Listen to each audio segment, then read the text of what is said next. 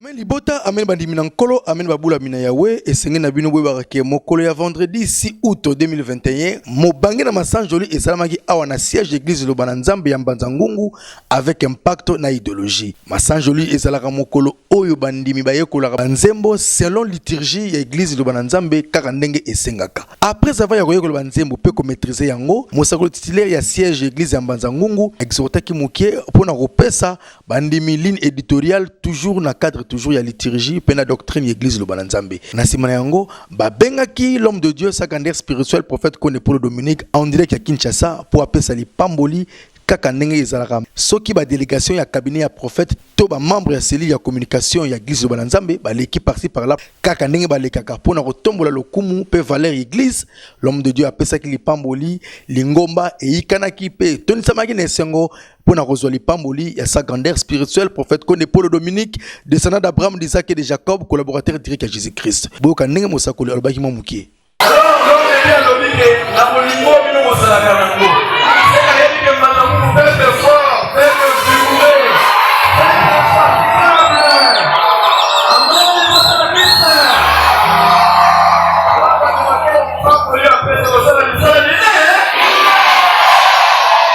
Na suka na yango basali bandimi batuna ndenge na ndenge batémoignaki pe bapesaki valeur église lobana nzambe à travers micro ya presse église lobana nzambe. Ngai kombo nanga mosakoli Lwingoma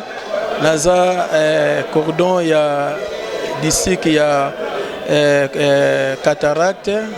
naza précisément na Mbanza Ngungu. Na Mbanza Ngungu toyaki toujours pour nous défendre musala yao à travers l'homme de Dieu le prophète Kone Paul Dominique. L'homme a sans l'équipe très bien comme habitude vraiment to sepeli makasi comme on a bande ko na biso ba journaliste ba ko rendre biso visite na mboka Mbanza Ngungu toujours na cadre de défendre l'homme de Dieu. Oui et ça li biso plaisir na ndenge te moto na nzamba pamboli biso ezaka isengo soki papa zo so na bana ye mais pas si mingi na mokili bazo comprendre les valeurs ya l'homme de Dieu te misala minene on kola tsekat na ye soki mokili ba comprendre ko zala vraiment esengo parce que to tamboli pe moi mingi to koti pe ma lo sambo mingi mais le sambo l'homme de Dieu memeli biso ma soki bato bazo comprendre ngo te ko sala passe na li pamboli apesi bayike lelo kaka bazui même la guérison pourquoi yebisi biso naza tango na yaki nazaki na fièvre makasi mais ndenge l'homme de Dieu ka pesi li pambona se sentir na fièvre kiti lo ma sanzola lelo leki très bien na esengo peuple nyos quand même bazongi na esengo merci na cadre ko défendre toujours l'homme de Dieu parce que partout mboka bato bafandi fo elembo ezala oyo komona na solo bato balingi mutu wana biso pe na kati ya Mbanza Ngungu vraiment to lembisi maboko te na cadre ko soutenir l'homme de Dieu na mwa mike oyo nkola azopesa na bandimi na ye yango wana tozwaki likanisi toko tika église boyete tokendaki pe pa l'homme de Dieu to sengi nzela alobi likambo te botonga tomoni population ya Mbanza Ngungu baza ebele poto tonga kaka plan simple epesaki biso vraiment mwa kokoso nde tondimaki to tonga étage ne bozomona plan oyo eza étage tozo tonga au moins il y a deux niveaux tokotonga na forme ba gradin nde bomona stade ezalaka alors tokosenga na bato nyonso tozwa penza mokano ko soutenir l'homme de Dieu mbongo kaka te me ko tombola œuvre nkola ye nango à partir ya mayelo azopesa biso ke il faut créer biso pe to lobi non to kokanga maboko te lokola l'homme de Dieu alobaki to créer yango wana to créer ki tokendaki pe ko l'accès plan oyo quand même asepelaki nango apesaki biso aval ke normalement botonga apesaki biso pe lipamboli ne bozomona tozobunda bunda pe ko tonga ngo muke malgré crise eza tellement mais to croiser les bras na se crise bato bazolia ba misu pe bazobala bazobalisa bazobota pe ba ope bazotonga ba ndako na bango mo bazotonga mais pourquoi pas ndako ya yawe to croiser les bras yango wana to fongoli pe maboko na bandimi vraiment bazana zèle baza déterminé pour l'homme de Dieu en tout cas bakota mutu bakata Mbanza Ngungu balimgi homme de Dieu ko sakana te yango wana ndenge bozomona plan oyo tozotonga ngo tozwi soutien à libanda te ka biso na biso mwa mike bandi bazo sangisa nde biso peto fongoli penza maboko na biso po église kende liboso bon toyokaki yango mais esali pasi na tina tangu nyonso l'homme de Dieu ayaka na mokili babundisaka ye mais oyo eza regrettable ete bato liboso babundisaka ye ezalaka bato oka basambeli na tangu Yesu ayaki basacrificateur nde batekaki ye ole batuna nzambe ke oyo azali nani me bazowelisa kosala ba campagne ya mabe mais soki batuni nzambe lokola ngai pe na tuna nkolo na sala 4 mois na ndako na sambelaka te. Je me demandais nzambe na ko sambelo wapi penza parce que molimo na nga esengeli ebika. Na vanda temps ebele nzambe atalisanga na koti na église songolo. Na komi place wana na bandi ko sambela na ndenge to sambelaka na ba église na biso ya kala. Ya ba moto, mais l'homme de Dieu na mona mutu aye asimbinga na front ayebisingai sambela kaka notre père qui est aux cieux. Tant na lamu qui ezalaki ndoto. Na luka bisika oyo basambelaka notre père qui est aux cieux na yebate. Mais mukolo na kotaka na liloba nde natangi natali liturgie na bango na moni lo sambo apamba ba à part prière de peuple de Dieu bazo sambela kaka notre père qui est aux cieux oyo ba pesa ndingisa na mutu nyonso asambela. Je me suis rendu compte que yango nkolo ayebisaka ngai. Alors bandeko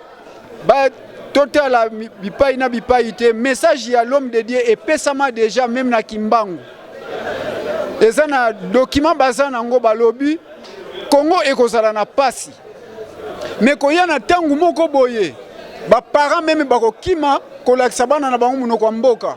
Bako apprendre bana na bango ba français, ba anglais po bazala na liberté na bamboka ba paya.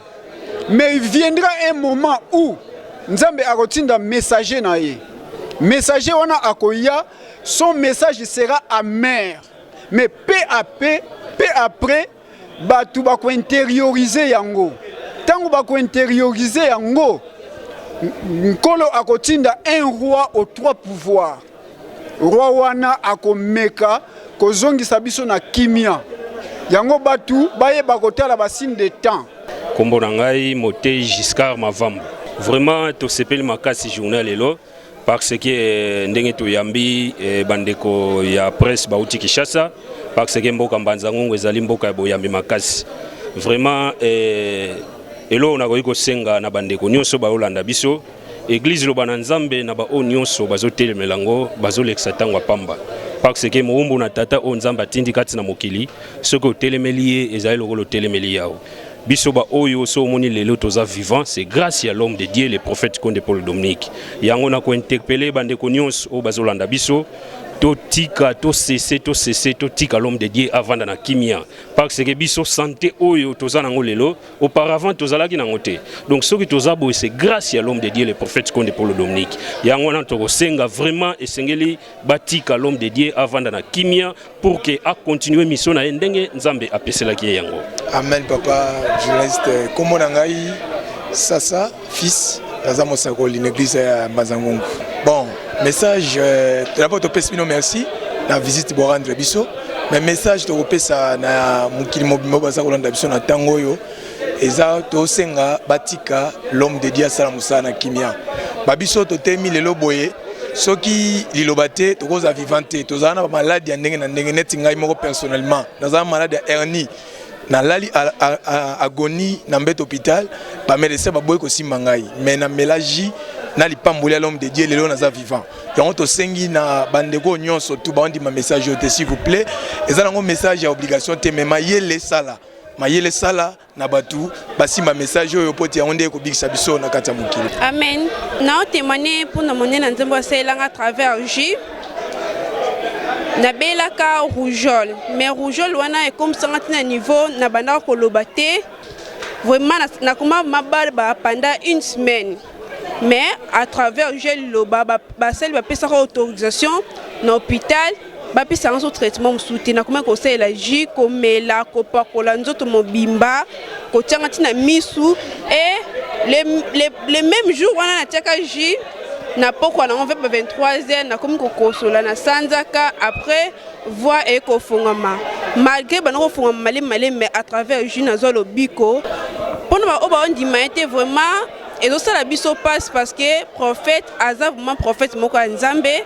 jiwana et ça il sera vraiment donc il bâtir ko loba loba à propos à prophète. Amen papa. Ngap na lobika pona o loba nzambe na nzambe zo ça la biso. Pona ngai vraiment ji ezo ça la ngai ya makasi na libota na ngai moko. Parce que nazala boete ndeso na telami boye ezande na ji oyo bango bazomona ke ji ekomi sondeni ni vraiment ji yango nde ezobatela nazosenga kana bakonja mboka mpona l'homme vraiment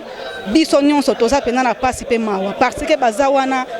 basunga ke l'homme de Dieu parce que batika nde konyokola ye oyo ezaki mpona problème ya ji parce que na ji yango nde babiso so totelemi boye eza montage te ji penza yango nde tosalela biso ya minene na mabota na biso vraiment bakonja mboka basunga biso basunga nde l'homme de Dieu batika nde kotungisa l'homme de Dieu asala musala na ye na kimia asala pena musala na kimia batikela biso l'homme de Dieu vraiment on nzamba azosalela biso so ezalaki ye te aza pena motindami ya solo eza nzambe kati na moto batikela biso l'homme de Dieu nde asala musala na ye na kimia nane sengo makasi parce que na nzela losambo oyo esika na utaka nazala sûreté qu'un jour nakobika na se dérangeaka mingi na balosambo mokili na bela mingi bachelanga biloko na nzoto na kene église liloba basali bayebisi ngai esengeli olanda losambo melaji na melaji masasi nyonso na nzoto elongwa mwasi na ngai azalaki moto akobela libumu amela kaka ji ya liloba oyo epesa kimia ti lelo bana toza na bango nazala na mwana akangamaka maladi ya ndeke à travers ji na lipamboli mwana na joa kimia lelo naza na esengo ya kotatola monene na nzambe vraiment batika l'homme de Dieu oyo azosala mpona mokili malgré mokili bazocomprendre yango te mais l'homme de Dieu aza moto oyo nzambe atini afandi kati na moto bazotala nzela mai na makila bazondima te ke nzambe azali mais or ke nazopesa mingi toli na peuple congolais toyamba losamo totika moto na nzambe avana na kimia parce que oyo ayeli biso eza makambo ya mosuni te eza ya molimo tosambela mingi na balosamo mokili balakisa biso péché ordinaire te Yesu alobi bia kenake na kotindela bino mosungi soki aye yenda koloba polele na mainyo songa na lobaki te mena nzela na ye ba kondima ye bakobika ba bakoboya ye pe bakozala juger na mokolo suka vraiment nazana esengo ba nyonso baluki kotungisa molimo ya moto na nzambe batika na kimia parce que un jour bakose déranger milimo na bango ekokoka obika te bote na bino biso nyonso eloko esengeli toyeba na mokili toza bandeko tout d'abord nzambe azaka na besoin ya libota na ye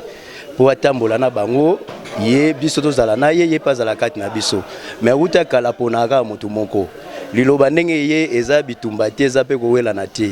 mais eza ke elakisa biso nyonso tunzela au lieu que yo o critiquer libanda o tuka libanda o kanela libanda peut-être na biyoka yoka pusana yaka yoka nano biso pe tozalaki libanda mais toyaki toyoki biso beto zalaki lokola batu tondima lokola tondima te mais koya kopusa na peme pe koyoka tomoni ke nzamba telemisaka moto moko ne leko soka telemisiye biso nyo toya tozala simana ye po amema biso na nzela ya losambo koloba libanda okozwa problème na nzambe peut-être sans le savoir eye konyokola batu te ezala ke osalela ka nzambe peut-être yo no mona ke osalela nzambe mais nzamba telemisaka moto akokumba biso lokolo lingaki kosalela nzambe yaka tozwa lolenga malamu nzamba lingaka amema biso elongo yango apesi makamu nyonso bate témoignage ko tokolo baté po tozalaki pe libanda to monaki o to monaki metango to ena kati ao na ndenge makamu nyonso esalami na nzambe ndenge anetoli donc nzamba azalaka na nzela na emoko to ya to simba makambo na biso na bino tokobika kola kosela biso tala boende ezalaka Église Bananzambe ya Mbanza Ngungu ezali toujours fidèle pe attaché na sa grandeur spirituelle prophète Kone Paul Dominique et puis ezali toujours kolanda ba ligne éditoriale selon la liturgie pe doctrine église kaka ndenge esengaka ya boye vraiment to pesi lo kumu na église Bananzambe ya Mbanza Ngungu et surtout bazali kotonga mo bange na temple po na nkolo tela ndenge chanter za kotongama et puis tela ndenge maquette et salamaki pona kopesa toujours valeur na nkolo à travers église ou atindela biso na mukili liloba na Nzambe amen libota